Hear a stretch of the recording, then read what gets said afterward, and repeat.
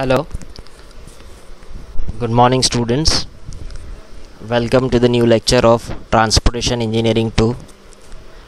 Today we are going to study about the different types of numerical from Unit 1.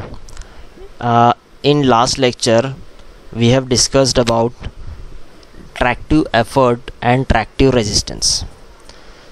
Those who haven't seen that video yet, please see that first, because in last lecture we have discussed about the tractive efforts and tractive resistance in details, in which we have seen the different types of train resistance or tractive resistance, what will be the formula, what are the values, we have seen in detail. So I request you to please see that video first of tractive resistance and tractive effort.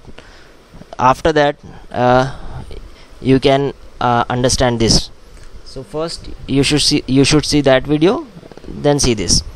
So today we are going to see the numerical part.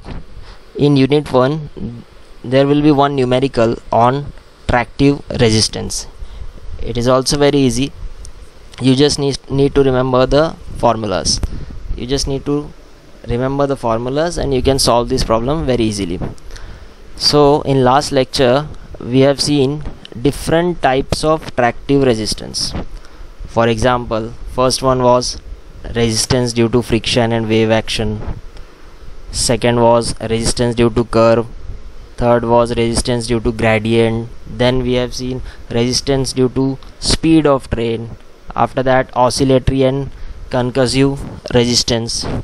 So these are the basic 5 resistance which we have studied in last lecture. So today we are going to discuss the different types of numerical which can come in exam. So you just see this numericals, okay. Last lecture में हमने काफ़ी इसके बारे में detail में देख लिए थे कि ट्रैक्टिव रेजिस्टेंस क्या है, ट्रेन रेजिस्टेंस क्या होता है. आज हम इसके न्यूमेरिकल के बारे में देखेंगे कि न्यूमेरिकल किस तरीके से आते हैं एग्ज़ाम में. सबसे पहले आप लोग एक नोटबुक लीजिए. आपको थ्योरी के नोट्स तो पूरे अवेलेबल हो जाएंगे, लेकिन ये जो नोट्स है इसे आप वीडियो के ज़रिए मत इसको याद रखना. सबसे पहले आप एक नोटबुक ले लो अभी, और नोटबुक में ये फार्मूला नोट करते जाओ. पूरे शॉर्टकट जो फार्मूले है ये तो पिछली बार भी देखे थे, बट इसको एक शॉर्टकट तरीके से आप इसे नोट करते जाइए. सबसे पहला फार्मूला नोट करिए जो कि हमने पिछली बार भी देखे थे, resistance due to friction and wave action, जिसका फार्मूला मैंने आपको बताया था 0.0025 W क्या था, weight of train in tons. ठीक है, weight of train in tons था. इससे आपको मिल जाता था resistance due to friction and wave action. उसके बाद हमने देखे थे कि जब ट्रेन कर्व पे मूव करेगी तो जो रेजिस्टेंस उसको मिलता था उसके फार्मूले 3 थे. 3 क्यों थे? क्योंकि वो अलग अलग गेजेस के लिए था. जैसे कि लास्ट टाइम हमने देखे थे कि ब्रॉड गेज के लिए अलग था, नैरो के लिए, मीटर गेज के लिए अलग था, नैरो गेज के लिए अलग था. ब्रॉड गेज के लिए जो फार्मूला देखे थे हमने, that is 0.004 D into W. अब ये D क्या था? Degree of curve. W again weight of train in tons. W जहाँ पे आएगा वहाँ पे उसका मतलब है weight of train in tons. ठीक है, और D क्या था? डिग्री ऑफ कर्व, कितना डिग्री पे वो मूव कर रही है. उसके बाद मीटर गेज के लिए 0.003 था, नैरो गेज के लिए 0.002 D into W. Same D degree of curve, W यानी कि weight of train in tons. तो ये चीज़ें तो हमने पिछली बार भी देख लिए थे कि फार्मूला क्या है इसका. अब उसके बाद ये फार्मूला तो आपको याद रखना पड़ेगा कैसे भी. ठीक है, उसके बाद आप देखिए, हमने देखे थे कि ग्रेडियंट पे जब एक राइज होता है, स्पेशली राइज, फॉलिंग ग्रेडियंट को हमने काउंट नहीं किए थे. जब भी when the train moves on a rising gradient तो उसका फार्मूला क्या था रेजिस्टेंस का? W into G. Again W is weight of train in tons and G is nothing but the gradient. Okay, G is nothing but the gradient. After that resistance due to speed of the train. जब train move करती है उसकी speed के लिए, जब speed आप count करते हो तो फार्मूला हमने डायरेक्ट देखे थे उसमें कि 0.000017 AV². यहाँ पे मैंने बताया था कि A क्या था? एक्सपोज्ड एरिया था ट्रेन का. याद करिए, वो लेक्चर में पूरा हमने देखे थे. A था एक्सपोज्ड एरिया, V था विंड वेलोसिटी. जब ट्रेन मूव करेगी तो उसे रेजिस्टेंस किससे मिलेगा? हवा से मिलेगा। ये हमने देखे थे कि विंड उसको अपोज करेगी जब ट्रेन स्पीड से मूव करेगी, इसलिए यहाँ पे जो v है that is wind velocity v²। ये फार्मूलाज मैंने आपको पिछले लेक्चर में भी बताया था, तो आप इसको लिखते रहिए, जो भी मैं आपको बता रहा हूँ इसको लिखते रहिए। उसके बाद ऑसिलेटरी रेजिस्टेंस मैंने आपको बताया था, जिगजैग मैनर में जब आप देखते होगे कि आपका लोकोमोटिव जब जिगजैग मैनर में मूव करता है तो ऑसिलेटरी रेजिस्टेंस होता था। इसका फार्मूला भी हमने डिस्कस किए थे, 0.00000.15 v²w। यहाँ पे आप याद करिए, मैंने बोला भी था कि v यहाँ पे विंड वेलोसिटी नहीं है, यहाँ पे जो v है that is speed of train, मैंने पिछली बार बोला था, ठीक है। ये जो v है that is not wind velocity, that is train speed v, and w is here also weight of train in tons, ठीक है। ये चीज़ें हमने लास्ट लेक्चर में भी देखे थे। तो आप ये फार्मूलेस को थोड़ा अच्छे से याद कर लीजिए, इसे लिख लीजिए, ठीक है। ये फार्मूलेस को आप लिख लीजिए, ठीक है। चलिए आगे, इसका जो न्यूमेरिकल है ना, मैं आपको PDF के ज़रिए बता सकता हूँ, बहुत सिंपल न्यूमेरिकल है। अगर आपको कुछ डाउट है इसमें तो आप मुझसे पूछ लेना, आगे अगर कुछ डाउट आएगा तो आप मुझसे पूछ लेना, ठीक है। ज़रा आपको मैं एक कॉम्बिनेशन बताता हूँ व्हील्स का, ये आपको याद रखना पड़ेगा। ये व्हील का कॉम्बिनेशन आपको याद रखना पड़ेगा थोड़ा सा। देखिए सबसे पहले एक कॉम्बिनेशन ये देखिए 040, इसका मतलब क्या हो रहा है 040 का, कि ये जो व्हील है, ये दो जो व्हील है ये मिडिल में है इस साइड, यानी कि ये यहाँ पर और ये यहाँ पर ये दो साइड में कोई भी और व्हील नहीं है, ठीक है। ये जो दो व्हील है ये कनेक्टेड है एक एक्सेल से, ठीक है। ये जो एक लॉन्ग एक्सेल है इससे कनेक्टेड है। अब देखिए इसमें क्या हो रहा है कि इधर साइड कोई व्हील नहीं है और इसके इधर साइड कोई सपोर्टिंग व्हील नहीं है। आप याद करिए, मैंने आपको बताया था कि सपोर्टिंग व्हील क्या होता है और ड्राइविंग व्हील क्या होता है, वो पहले लेक्चर में ही मैंने आपको बताया था। तो आप याद रखिए कि ये जो 040 है इसका मतलब होता है 0 क्या है, सपोर्टिंग व्हील, और ये वाला जो कॉर्नर में दो जो कॉर्नर में है ये होता है सपोर्टिंग व्हील। ये सपोर्टिंग व्हील के बारे में, ये भी सपोर्टिंग व्हील के बारे में है। और ये जो मिडिल में है that is the most important thing, ये जो मिडिल में है इसका मतलब है ये जो 4 टर्म है दैट इज़ ड्राइविंग व्हील। मैं आपको बताता हूँ, ये जो है ये आप बोलोगे कि यहाँ पे तो 2 दिख रहा है आपको, ये 4 कैसा है, 2 एक ये साइड है एक ये साइड है, ठीक है ना। लेकिन इसके इधर साइड, ये इधर साइड भी तो एक व्हील है ना उसके उधर साइड में, ठीक है। इसके उधर साइड में भी एक व्हील है, तो कितने व्हील हो गए, ये 1 2, उधर साइड के 2 व्हील, इधर साइड का एक व्हील, इधर साइड का एक व्हील, यानी कि 4 व्हील हो गए, है ना।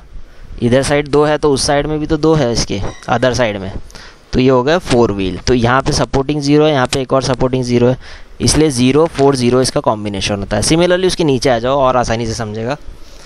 देखिए यहाँ पे ये जो कनेक्टेड है ये जो है ये सपोर्टिंग व्हील है, ये सपोर्टिंग व्हील, ये भी सपोर्टिंग व्हील, और ये जो है ये दोनों जो है दैट इज़ ड्राइविंग व्हील। और मैंने आपको लास्ट टाइम ही बताया था, एक इंजन की फ़ोटो थी उसमें आप याद देख लेना वो लेक्चर में, कि सपोर्टिंग व्हील और ड्राइविंग व्हील क्या होता था। तो यहाँ पे देखिए यहाँ पे क्या हो रहा है, ये एक सपोर्टिंग व्हील, इधर साइड एक सपोर्टिंग व्हील, इसके उधर साइड में एक और सपोर्टिंग व्हील है, इसके उस साइड में एक और सपोर्टिंग व्हील, यानी कि ये 2 और 2 कॉर्नर के बराबर है। उसके बाद ये देखिए ये जो 2 है, ये जो कनेक्टेड है ये 2 है, तो इसके उधर साइड भी 2 रहेंगे, यानी कि 4। समझ गए, ये व्हील का लोकोमोटिव व्हील का कॉम्बिनेशन है। इस साइड में 2 है मतलब उस साइड में भी 2 रहेंगे, यानी कि मिडिल टर्म जो आ रहा है ये सबसे इंपॉर्टेंट मिडिल टर्म है 4, ठीक है। ये हो गया 4।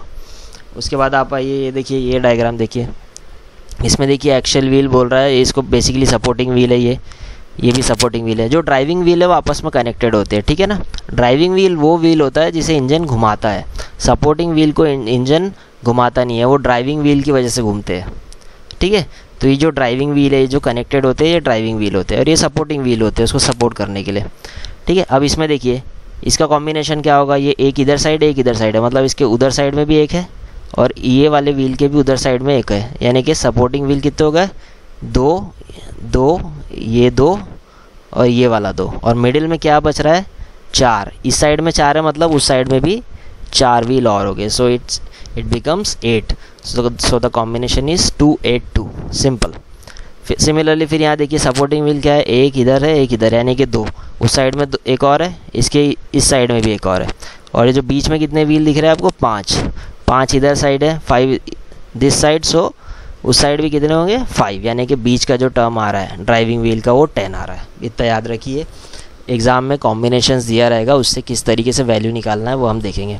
लेकिन आपको ये समझना है इसमें कि सबसे इम्पॉर्टेंट चीज़ क्या है, ये जो मिडिल वाली वैल्यू है।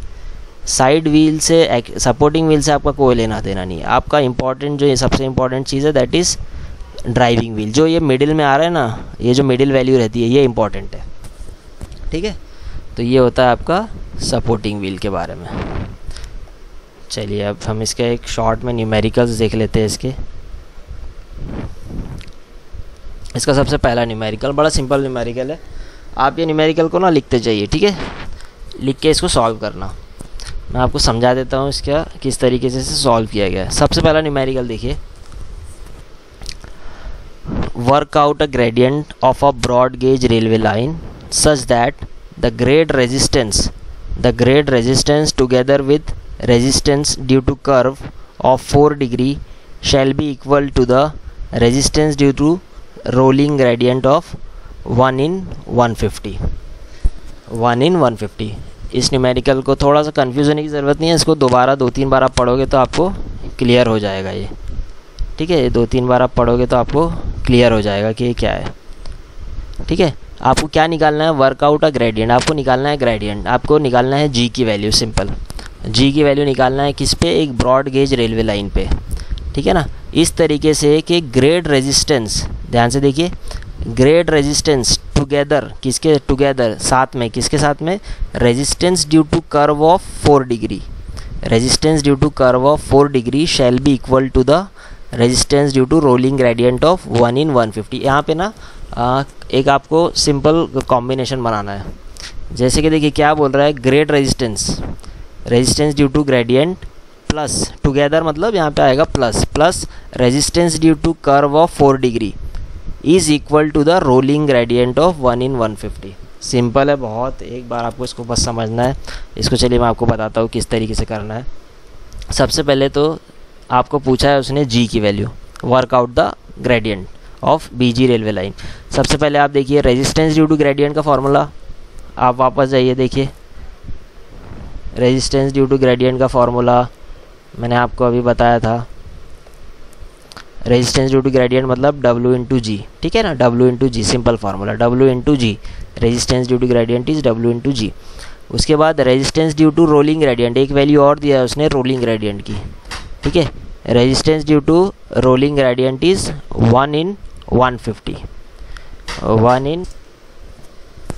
सो resistance due to rolling gradient, इसकी वैल्यू भी आपको दी गई है, इसको आपको इक्वेट करके निकालना था, इसलिए आपको ये वैल्यू दी गई है। For example resistance due to rolling gradient क्या हो जाएगा, जैसे फार्मूला क्या है, W इंटू जी, ये सिंपल फार्मूला है रेजिस्टेंस ड्यू टू ग्रेडियंट का। और रोलिंग ग्रेडियंट की वैल्यू आपको दी है 1 in 150, तो W मल्टीप्लाई बाय 1/150, सिंपल। तो ये दोनों का आपको सिंपल समझिए कि resistance due to normal gradient जो आपको वैल्यू निकालना है जिसकी, वो है ये जी। आपको चाहिए क्या, ये वाले जी की वैल्यू चाहिए आपको, ठीक है, आपको ये चाहिए ये वाले जी की वैल्यू। और आपको दिया क्या है उसने, resistance due to rolling gradient, उसकी वैल्यू दी है वो 1 in 150 है, तो उसको मल्टीप्लाई करेंगे W इंटू 1/150 से। आफ्टर दैट उसने एक और चीज़ दिया है आपको, रेजिस्टेंस ड्यू टू कर्व। अब आप लोग में से कई लोग पूछोगे कि सर इसमें फ्रिक्शन वगैरह के हम क्यों नहीं ले रहे। देखिए क्वेश्चन एक अलग तरीके से, क्वेश्चन में जो उसने पूछा है पॉइंट टू पॉइंट इसने वैल्यूज़ देके आपको कुछ पर्टिकुलर चीज़ें पूछा है, इसलिए हम फ्रिक्शन को काउंट नहीं करेंगे। और यहाँ पे फ्रिक्शन के बारे में उसने कुछ भी मेंशन नहीं किया, इसलिए हम इसको काउंट नहीं कर रहे हैं। तो उसके बाद देखिए resistance due two degree of curve, resistance due two degree of curve में उसने बोला है कि 4 डिग्री का कर्व है। देखिए यहाँ पे लिखा है कर्व ऑफ 4 डिग्री। मैंने आपको बताया था, फिर से देखिए उसका बेसिक जो फार्मूला हमने जो पढ़े थे रेजिस्टेंस ड्यू टू कर्व का, ये देखिए अगर ब्रॉड गेज है, वहाँ पे मेंशन है ब्रॉड गेज, ठीक है ना, तो ब्रॉड गेज के लिए क्या था 0.004 D इंटू W, सिंपल। तो D मतलब ये 4 degree, degree of curve, D मतलब डिग्री ऑफ कर्व। और ये W की वैल्यू मैंने आपको बताया था वेट ऑफ ट्रेन है, इसे हम आगे देखेंगे, ठीक है। तो 0.004 W इंटू डी, तो 0.004 W इंटू डी, ठीक है। ये D मतलब 4 डिग्री। ये 3 वैल्यू तो आपने समझ लिया कि ये 3 वैल्यू के हमने किस तरह से यहाँ पे लिखे हैं, ठीक है।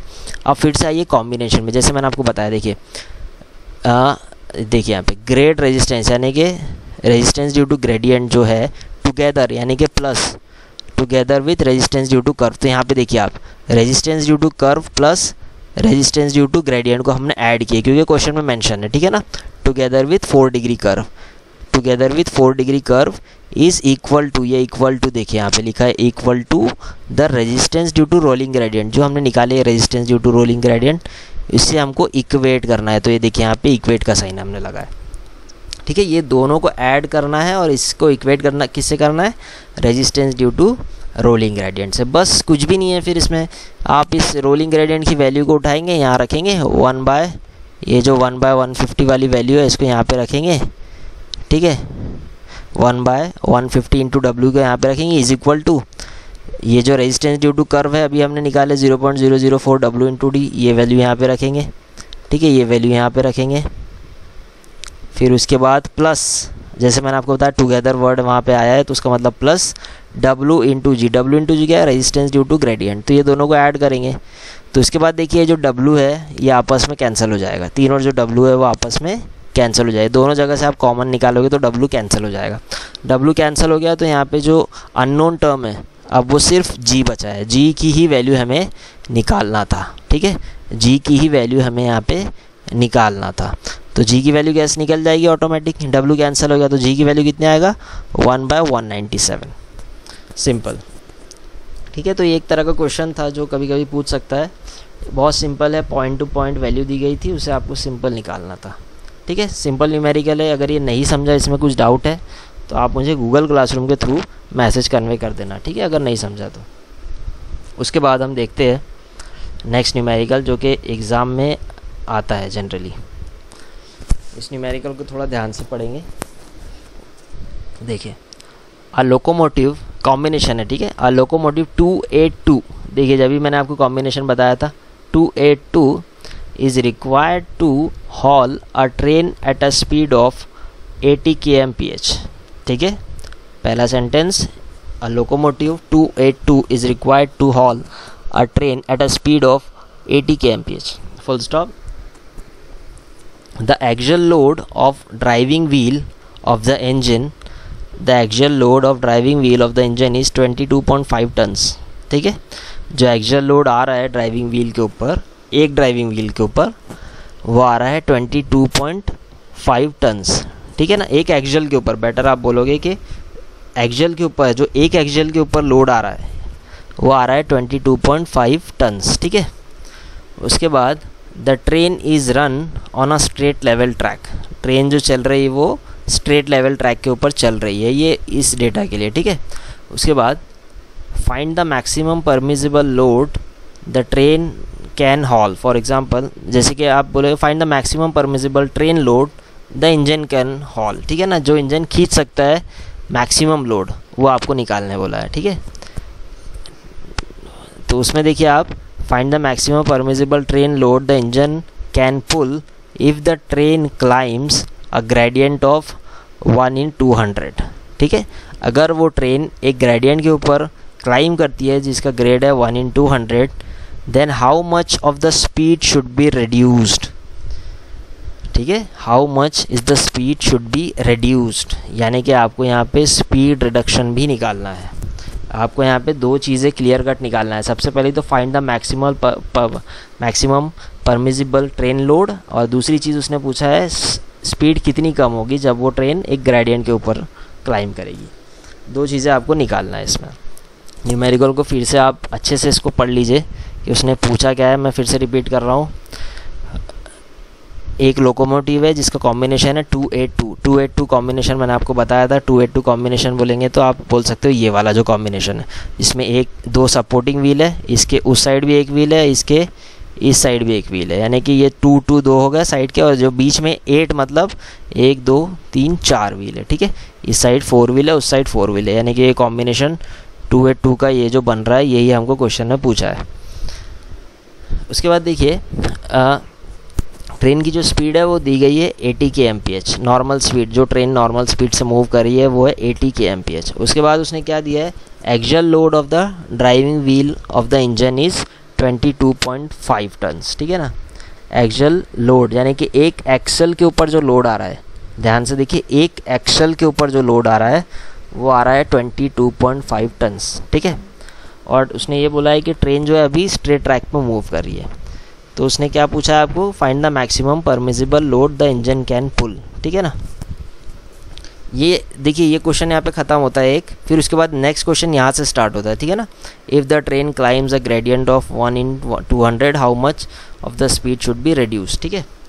तो सबसे पहले हम यहाँ तक वाले क्वेश्चन को सॉल्व करते हैं कि यहाँ तक के जो क्वेश्चन पूछा है ये कैन पुल, यहाँ तक के हम इसको सॉल्व करते हैं। फिर उसके बाद ये नेक्स्ट पार्ट जो आपका स्टार्ट होता है, ठीक है, वो ये इफ़ द ट्रेन वाले से स्टार्ट होगा। सबसे पहले हम देखते हैं इसे किस तरीके से हम मैक्सिमम परमिसिबल लोड जो ट्रेन इंजन जो मैक्सिमम लोड खींच सकता है वो क्या है, वो कुछ और नहीं, वो है हॉलिंग कैपेसिटी। सबसे पहले आपको हॉलिंग कैपेसिटी निकालना है, ठीक है।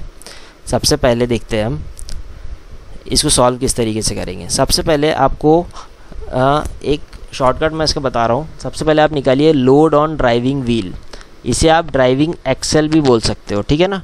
इसे आप बोलिए कि टोटल लोड, लिख लीजिए वहाँ पे, इसे आप इस तरीके से लिखिए total load on driving axle या ड्राइविंग व्हील, एक्सेल भी बोल सकते हो और व्हील भी बोल सकते हो, ठीक है। टोटल लोड आप इसको यहाँ पे मेंशन करना, total load on driving wheel और ड्राइविंग एक्सेल, ठीक है। इसका सिंपल आप देखिए इसके स्टेप बाय स्टेप किस तरह सॉल्व करेंगे। अब देखिए यहाँ पे जो कॉम्बिनेशन था वो था आपका 282 का कॉम्बिनेशन था, है ना, 282 का कॉम्बिनेशन था। अब उसमें मैंने आपको बताया था कि सबसे इम्पॉर्टेंट मिडिल वैल्यू ही है, साइड वाली वैल्यूज़ का कोई काम नहीं है, सबसे इम्पॉर्टेंट है मिडिल वैल्यू। 282 इसमें जो मिडिल वैल्यू है यानी कि वो है 8 क्या है इसका मतलब, 8 है ड्राइविंग व्हील, 8 क्या है ड्राइविंग व्हील। तो ड्राइविंग व्हील जो है, अब आप देखिए यहाँ पे क्या हुआ है, ड्राइविंग व्हील जो 8 है इसको हमको जस्ट हाफ करना है, वो वैल्यू आ जाएगी 4। ड्राइविंग व्हील को आपको हाफ करना है तो वो आ जाएगी 4। अब आप बोलोगे 4 क्या है, 4 is nothing but number of axle, लिख लो वहाँ पे 4 is nothing but number of axle. अब एक्सल क्या होता है देखिए यहाँ पे, ये देखिए जैसे कि ये एक 4 व्हील है, ठीक है ना। अब ये जो व्हील है ये इसके इस साइड एक और व्हील है ना, इस साइड यहाँ पे एक और व्हील बनेगा, एक सेकेंड, इसको ये साइड में इसके एक और व्हील बनेगा ये साइड में, है ना, ये व्हील इस साइड में भी है।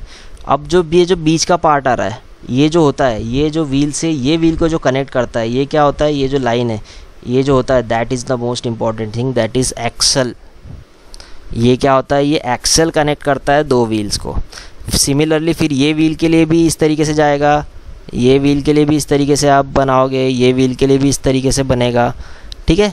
तो ये चारों जो आएंगे यहाँ पे, ये जो यहाँ पे भी एक व्हील रहेगा, है ना, यहाँ पे भी एक व्हील रहेगा, फिर यहाँ पे भी एक व्हील रहेगा, फिर यहाँ पे भी एक व्हील रहेगा, ठीक है। जस्ट एक एग्जांपल के तौर पर बता रहा हूँ।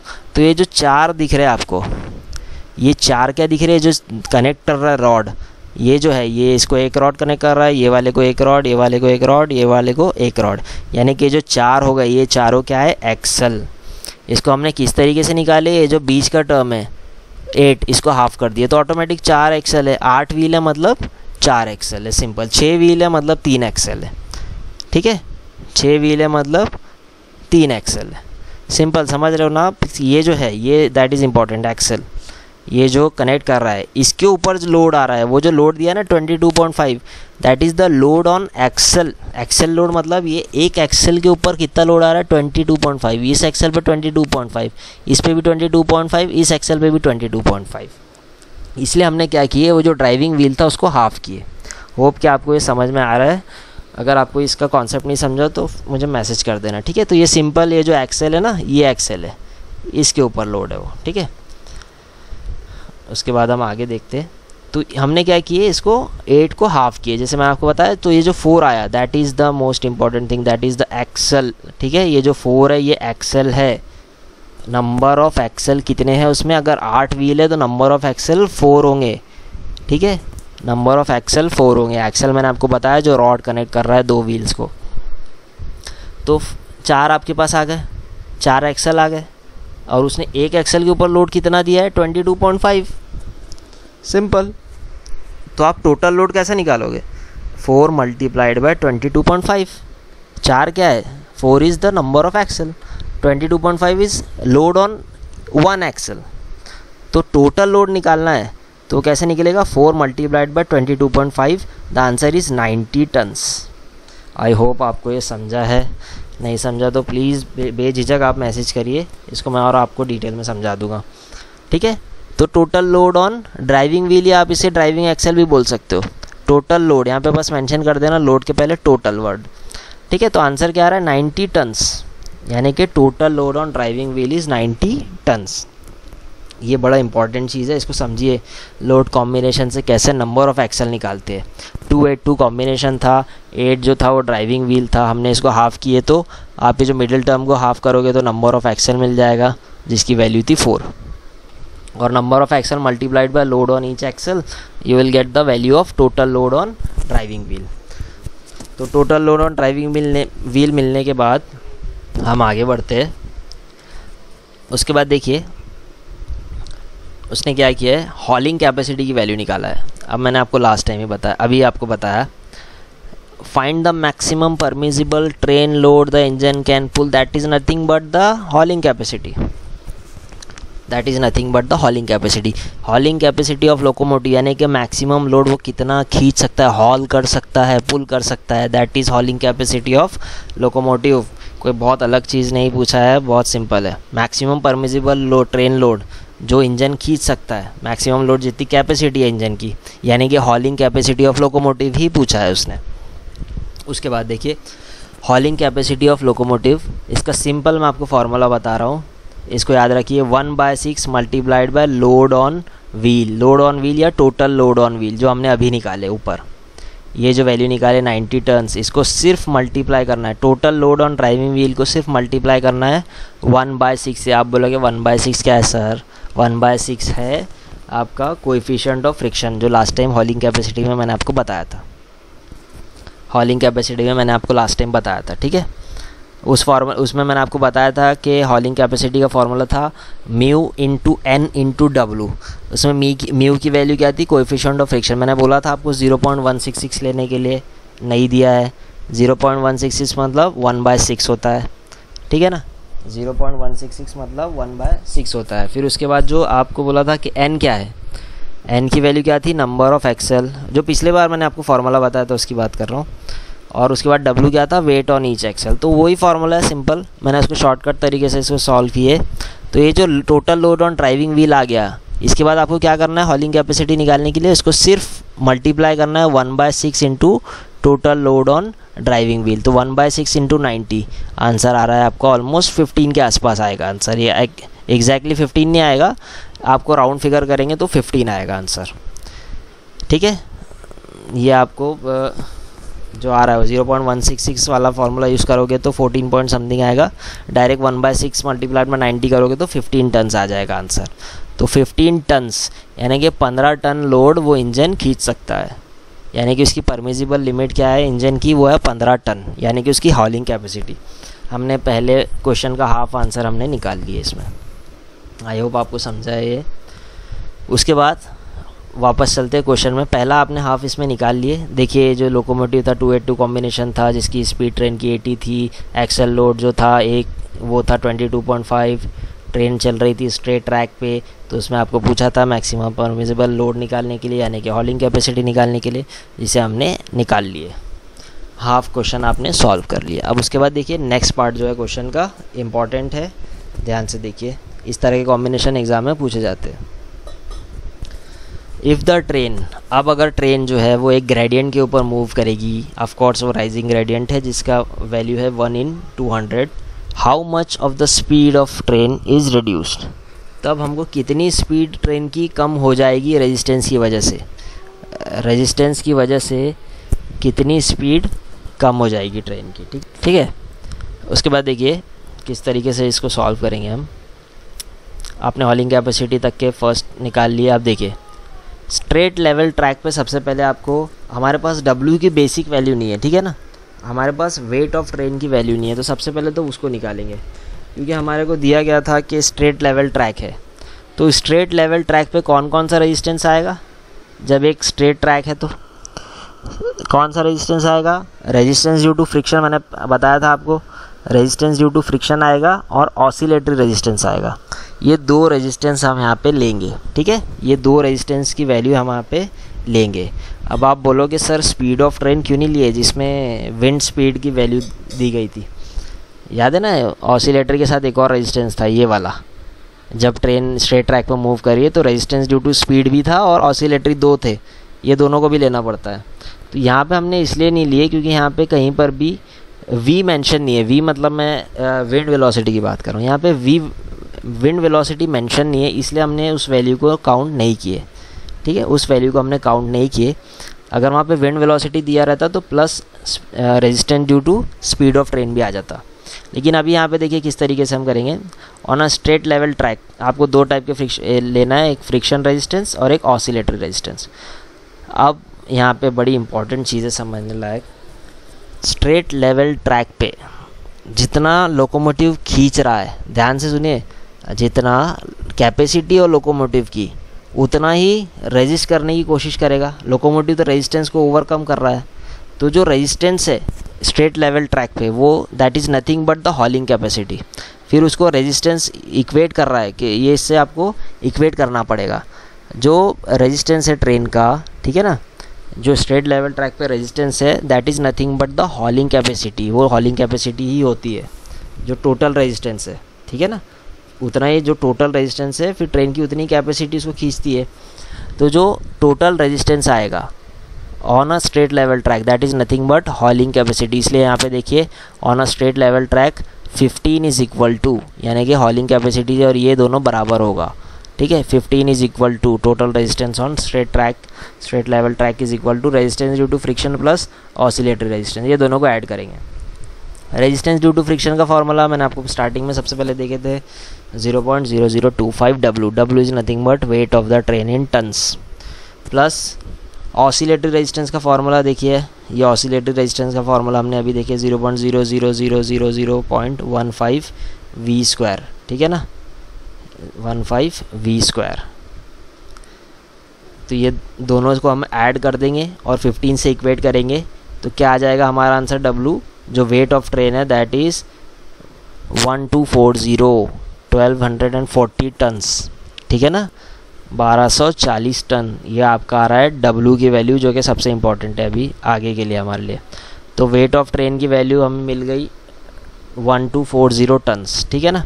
इंपॉर्टेंट यहाँ पे ये चीज़ है कि ये जो टोटल रेजिस्टेंस है ये हॉलिंग कैपेसिटी के बराबर होता है, ये चीज़ को याद रखिए बस, अदरवाइज़ आप कंफ्यूज हो जाओगे कि टोटल रेजिस्टेंस हमको क्या लेना है, वो बराबर होता है हॉलिंग कैपेसिटी के, ठीक है, सिंपल न्यूमेरिकल है। अब देखिए आपने वेट ऑफ ट्रेन निकाल लिए स्ट्रेट लेवल ट्रैक की हेल्प करके, उसकी हेल्प लेके आपने टोटल रेजिस्टेंस निकाल लिया। सेकेंड पार्ट जो था वो था कि अगर ट्रेन एक ग्रेडियंट के ऊपर मूव कर रही है तो कितना स्पीड कम होगा ट्रेन का। एक्चुअल स्पीड जो ट्रेन की चल रही थी स्ट्रेट लेवल ट्रैक पे वो हमको क्वेश्चन में मेंशन थी, कितनी थी 80 kmph, यानी कि 80 km/h की स्पीड से ट्रेन स्ट्रेट लेवल ट्रैक पे चल रही थी। लेकिन जैसे ही अगर उसको ग्रेडियंट मिलता है वहाँ पे आगे तो उसकी स्पीड कितनी कम होगी ये हमें देखना है अभी। तो स्ट्रेट लेवल ट्रैक की हेल्प से हमने W की वैल्यू निकाल लिए थे। उसके बाद आगे देखिए ऑन अ ग्रेडियंट, ठीक है ना, जब वो ट्रेन ग्रेडियंट के ऊपर आएगी, ठीक है, रेजिस्टेंस की वैल्यू, टोटल रेजिस्टेंस की वैल्यू मैंने आपको अभी बताया हॉलिंग कैपेसिटी के इक्वेट करना है। Total resistance is nothing but is equal to hauling capacity, यानी कि टोटल रेजिस्टेंस 15 आपको लेना है हर जगह अभी, ठीक है। जब ट्रेन एक ग्रेडियंट के ऊपर मूव करेगी तो total resistance is equal to, gradient के ऊपर जब मूव करेगी तो आप देखिए फ्रिक्शन तो आएगा ही आएगा, ठीक है ना, फ्रिक्शन आएगा प्लस ऑसिलेटरी रेजिस्टेंस आएगा, उसके बाद जो ग्रेडियंट के ऊपर जो रेजिस्टेंस मिलता है रेजिस्टेंस ड्यू टू ग्रेडियंट भी आएगा इसमें, ठीक है ना। ये तीन चीज़ें हो गई। पहले वाले में स्ट्रेट लेवल ट्रैक था तो resistance due to friction and oscillatory दो थे, लेकिन अभी क्या हुआ, ग्रेडियंट को हम काउंट कर रहे हैं ऑन अ ग्रेडियंट रेजिस्टेंस, तो क्या हो रहा है, रेजिस्टेंस ड्यू टू ग्रेडियंट उसमें प्लस हो जाएगा। तो वैल्यू सेम रहेगी 0.0025 W ये फ्रिक्शन का था, फिर 0.000015 V स्क्वायर W ये क्या था, ऑसिलेटरी रेजिस्टेंस था, जो फिर plus W into G is nothing but resistance due to gradient. ये वैल्यू बस इसमें ये वाली वैल्यू ऐड हुई है प्रीवियस इसमें हमने इसको इसलिए नहीं लिया क्योंकि वो स्ट्रेट ट्रैक था, लेकिन अभी यहाँ पे मेंशन है कि ग्रेडियंट में हमको देखना है। तो ये इस चीज़ को जस्ट हम ऐड कर देंगे. So the answer you can just have to put the values. 0.0025 W की जगह हम क्या ले सकते हैं, वेट ऑफ ट्रेन की जगह 1240 जो हमने निकाले हैं, प्लस फिर हम वैल्यूज़ रखेंगे यहाँ पे v स्क्वायर आ गया. ठीक है ना, v square is very important, यही तो वैल्यू चाहिए हमको, v स्क्वायर की वैल्यू चाहिए. तो v स्क्वायर जैसा का वैसा रहेगा. w की जगह हम क्या लिख देंगे 1240 प्लस w इंटू जी. यहाँ पे देखिए w की वैल्यू 1240 मल्टीप्लाइड बाय g. अब बोलोगे 1 इन 200 क्यों लिए, क्योंकि ये देखिए क्वेश्चन में मेंशन है, ग्रेडियंट की वैल्यू मेंशन है 1 इन 200, इसलिए हमने इसको लिए है. उसके बाद मल्टीप्लाई किए. ठीक है ना, तीनों को प्लस ऐड किए और इक्वेट किसी किए 15 से. 15 जो है टोटल रेजिस्टेंस यानी हॉलिंग कैपेसिटी होता है. इसको इक्वेट करोगे आप पूरे इक्वेशन को, तो हमारे पास अननोन क्या है, हमारे पास अननोन सिर्फ ये v है, अननोन सिर्फ ये v की value. v is nothing but the speed of train, जो कि ग्रेडियंट के ऊपर जो स्पीड मिल रही है ना, ग्रेडियंट आने के बाद जो स्पीड है ट्रेन की वो निकाल रहे हैं. तो v की वैल्यू जो आएगी, आप इसको इक्वेट करके सॉल्व करोगे तो आएगी 55.37 kmph. ठीक है, 55.37 kmph ये वैल्यू आ गई v की. तो हमको पूछा क्या था क्वेश्चन में, अगर एक ट्रेन ग्रेडियंट के ऊपर मूव कर रही है तो कितनी स्पीड उसकी कम होगी. ठीक है ना, आंसर जो आया उसका 55.37 नहीं आया. करेक्ट आंसर ये अभी भी नहीं है, क्योंकि उसने पूछा है कि रिड्यूस कितनी हुई स्पीड, ग्रेडियंट के ऊपर स्पीड नहीं पूछा, उसने पूछा कितनी स्पीड कम हुई. ठीक है ना, तो ये जो v की वैल्यू हमने निकाली ये था जब ट्रेन एक ग्रेडियंट के ऊपर मूव कर रही है ना. ये जो इस तरीके से ग्रेडियंट होता था, है ना, ये जो ग्रेडियंट है, सॉरी ये थोड़ा सा मैं इसको, ग्रेडियंट के ऊपर जो ट्रेन मूव कर रही है तो उसकी जो स्पीड थी, ठीक है ना, जब ट्रेन फॉर एग्जांपल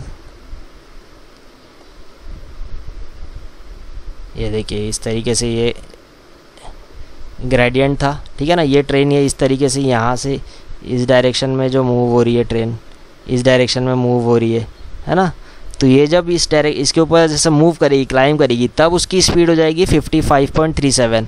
जब ट्रेन ये यहाँ से आ रही थी, फॉर एग्ज़ाम्पल ये स्ट्रेट लेवल ट्रैक था, जब वो स्ट्रेट लेवल ट्रैक से आ रही थी तो 80 की स्पीड थी. फिर जैसे ही ग्रेडियंट मिला उसकी स्पीड कितनी हो गई, हमने अभी निकाले जो 55.37. समझ गए. तो स्ट्रेट लेवल ट्रैक पे 80 थी, फिर जैसे जैसे आगे बढ़ी, जैसे जैसे ग्रेडियंट मिला तो उसकी स्पीड हो गई 55.37. अब क्वेश्चन में क्या पूछा है उसने कि कितनी स्पीड कम हुई, कितनी स्पीड कम हुई यानी कि रेड्यूस स्पीड. तो उसका आंसर है 80 माइनस 55.37. पहले 80 थी फिर 55.37, यानी कि कितनी कम हुई 24.63 kmph. 24.63 kmph, that is the correct answer. तो आई होप कि आपको ये क्लियर हुआ है दो न्यूमेरिकल. ठीक है ना, धीरे धीरे मैं न्यूमेरिकल्स इसके वीडियो अपलोड करते जाऊंगा. आपको ये दो न्यूमेरिकल में कुछ डाउट है तो प्लीज़ मुझे बताइए, गूगल क्लासरूम के थ्रू बताइए, आप व्हाट्सएप पे भी मैसेज कर सकते हैं. इसको पढ़िए और इसके नोट्स बनाइए. ऐसा नहीं कि ये वीडियो ही रहेगा, आप इसको वीडियो के एग्ज़ाम के टाइम पे वीडियो देखोगे. इसके नोट्स बनाइए इस न्यूमेरिकल को दोनों के. ठीक है, ये दोनों न्यूमेरिकल को आप नोट डाउन कर लीजिए. चलिए, thank you so much. Next video भी मैं जल्दी अपलोड कर दूंगा जो आगे वाले न्यूमेरिकल्स के लिए रहेगा. ठीक है, थैंक यू सो मच.